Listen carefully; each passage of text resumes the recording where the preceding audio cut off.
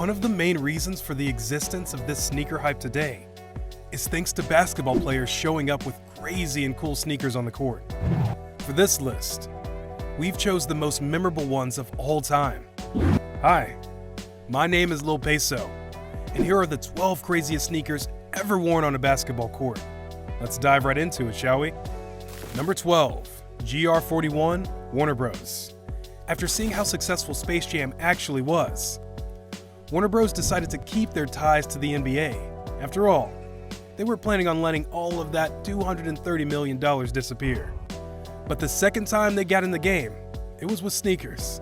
They created their new and iconic sneakers. They hired basketball players to endorse them, some of which included Glenn Rice, Patrick Ewing, Muggsy Bogues, and a ton of others.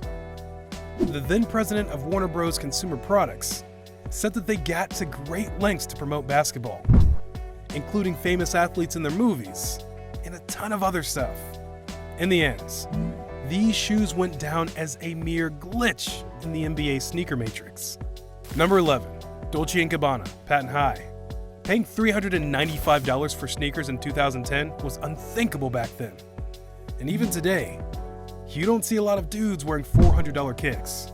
But back then, Gilbert Arena walked onto the court with a brand new pair of iconic Dolce & Gabbana Patent High with the Velcro strap-on.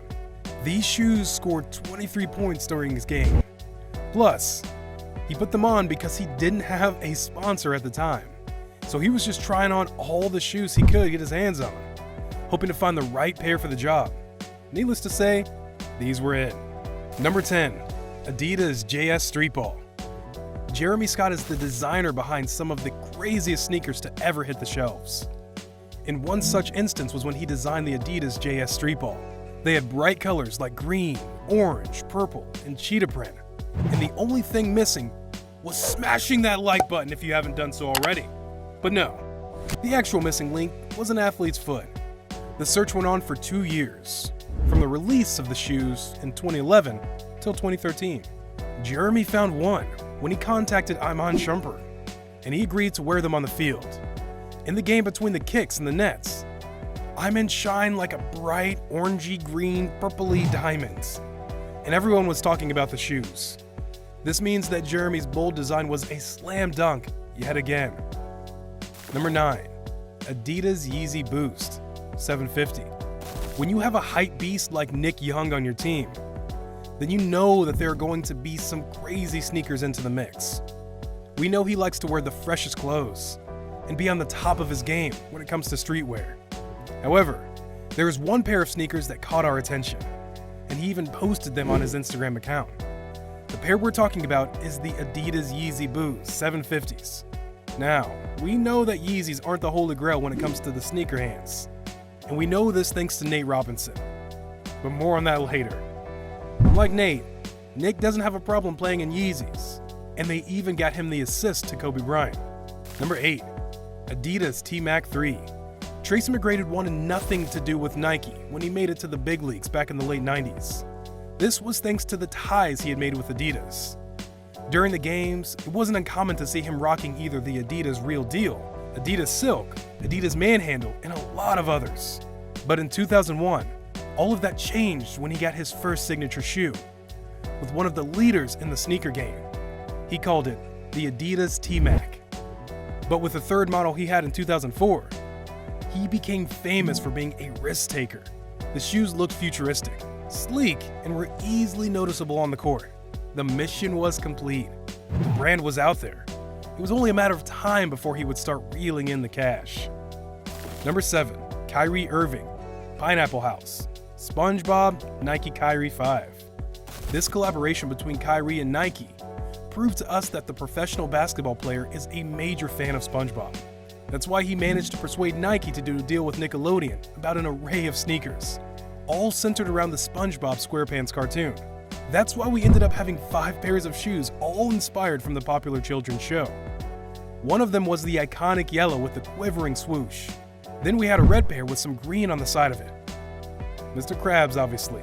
The pink shoe with the green side was obviously Patrick, while the completely white with a single pink flower could only mean sandy cheeks. The last one we didn't mention was Squidward, but don't worry. they have an aqua blue sneaker just for him. And recently, Irving wore the newest addition to the shoe library, the pair that was modeled after SpongeBob's Pineapple House. Number 6. Nike Air Zoom Challenge.